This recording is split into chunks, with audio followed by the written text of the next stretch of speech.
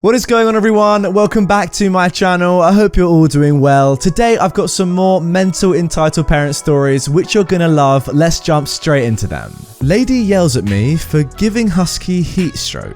Anyone that knows anything about Huskies knows that they are double coated, so their coats are meant to protect them from both heat and cold. Because of this, you shouldn't ever shave a Husky except for medical reasons. I just need everyone to understand this before I explain what happened. I have an elderly neighbour. I've been walking her dog Mo for a couple of years now. He's a big fluffy husky that loves playing with his frisbee. Due to restrictions slowly being lifted, it's safe to take him on walks again. I don't take him far, just to a little baseball field down the road where we can play in a fenced-in area for a bit. The other day, I took Mo out to the field and we were doing our thing. On the other side of the fence are some mailboxes and a car pulled up to them. I was focused on Mo, so I didn't pay attention to the woman that got out of it until she started yelling at me. I had just thrown the frisbee and Mo went after it with a vengeance when the entitled lady started yelling. When I look over, she's practically climbing the fence. Can I help you? What do you think you're doing with that poor animal? Do you realise how hot it is? Why haven't you shaved off all that fur? The poor deer is probably dying of heat stroke. Now, if you looked at Mo, he was fine, bouncing around all happy like a good doggo, and I had a couple bottles of water and a bowl in my bag for him. Mom, he's a husky, you can't shave his coat. Oh, teenagers these days. I'm 21, by the way. You just don't know what you're talking about. Any vet would tell you you have to shave your dog's fur when it gets hot out. Not with double-coated dogs. He needs his coat in order to stay cool.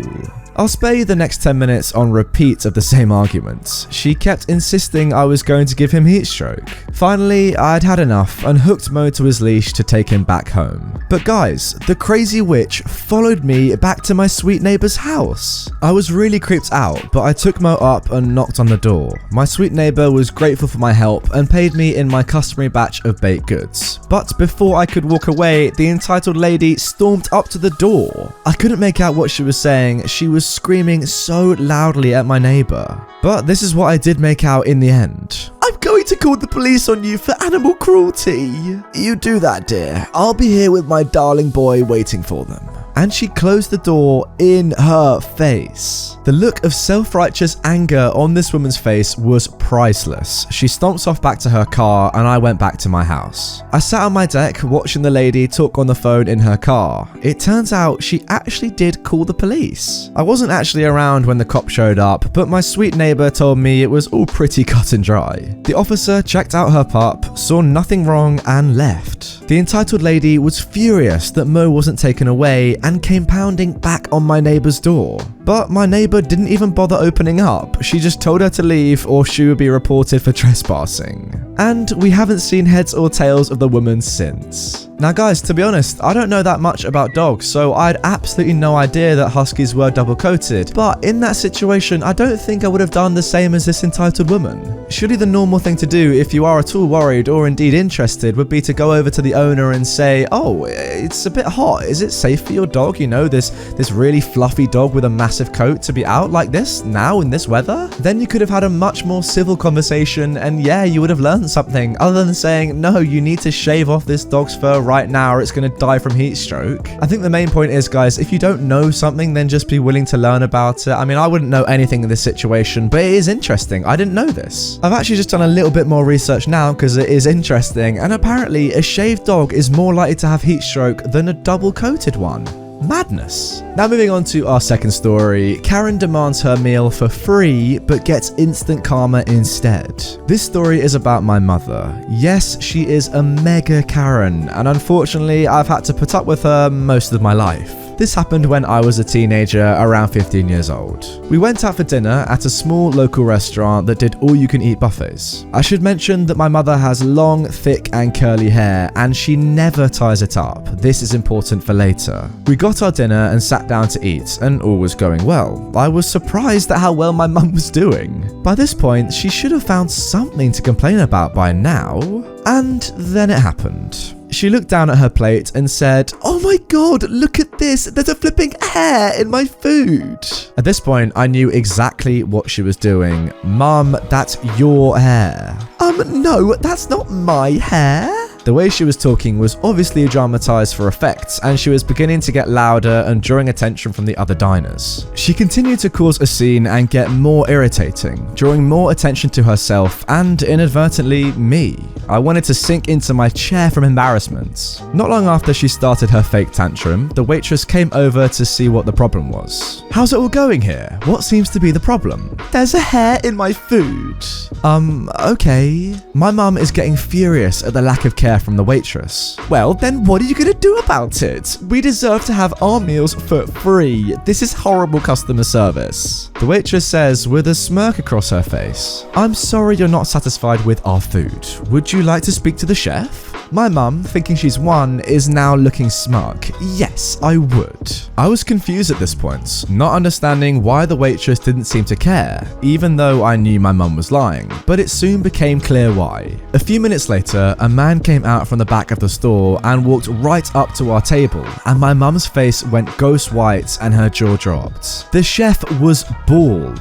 Not balding, but so bald that you could see your reflection on his shiny scalp. "Hi there, how are things this evening? What seems to be the problem?" said the chef. "Well, there's a hair in my food."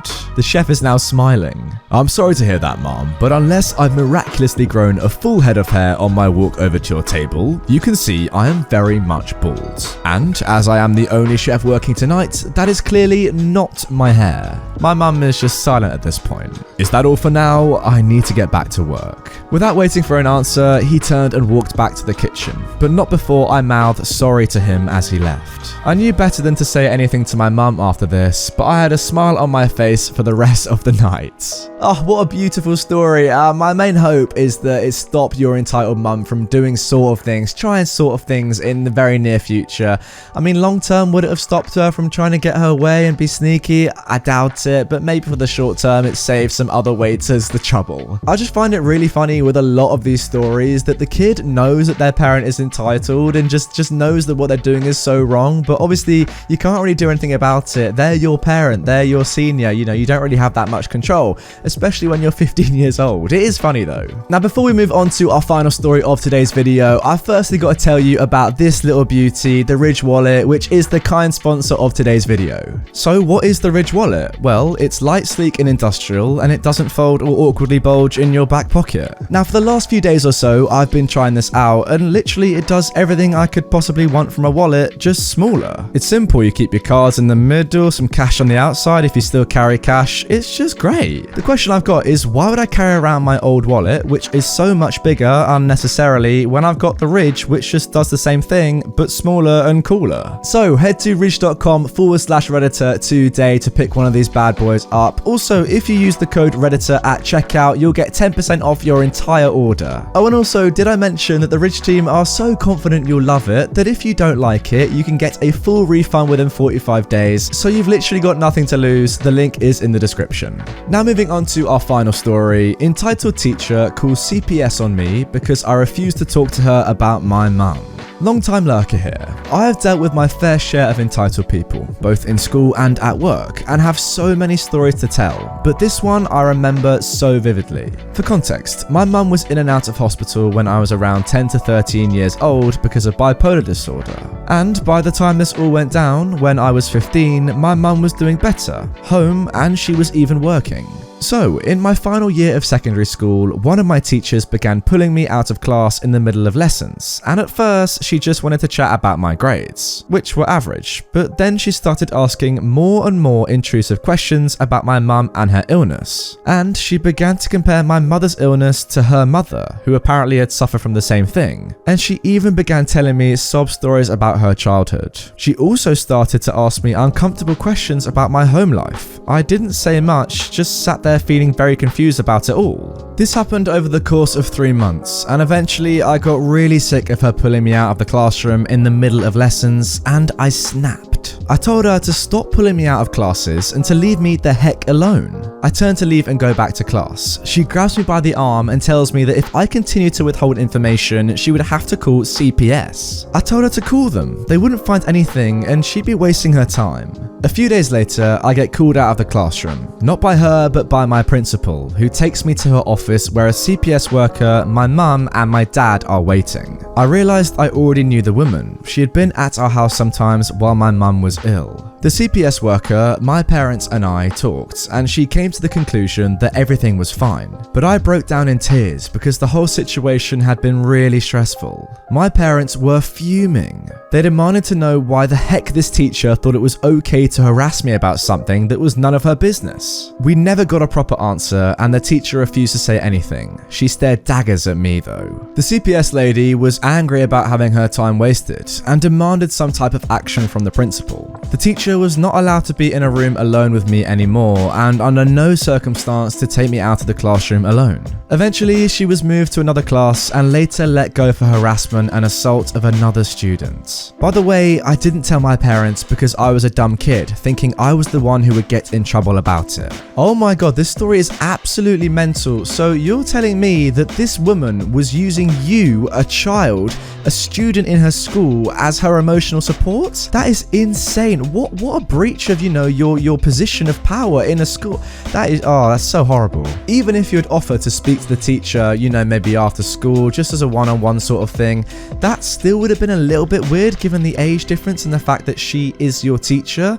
But then the fact that she is bringing you out of classes when you don't want to even leave the class to speak about this, that's such an invasion of privacy, and yeah, it's just a horrible thing to do. I assume also it's a very traumatic experience for you, OP, not something you want to talk about necessarily with someone that you don't know. I just hate everything about this. The good news is now that she has been let go, but honestly, she should have been let go after this incident alone. This was one step too far. Anyway guys, that is going to do it for this episode of Entitled Parents. Make sure you go into the description, the pinned comment, check out the Ridge wallet. Honestly, it's fantastic. I've been using it for the last week or so.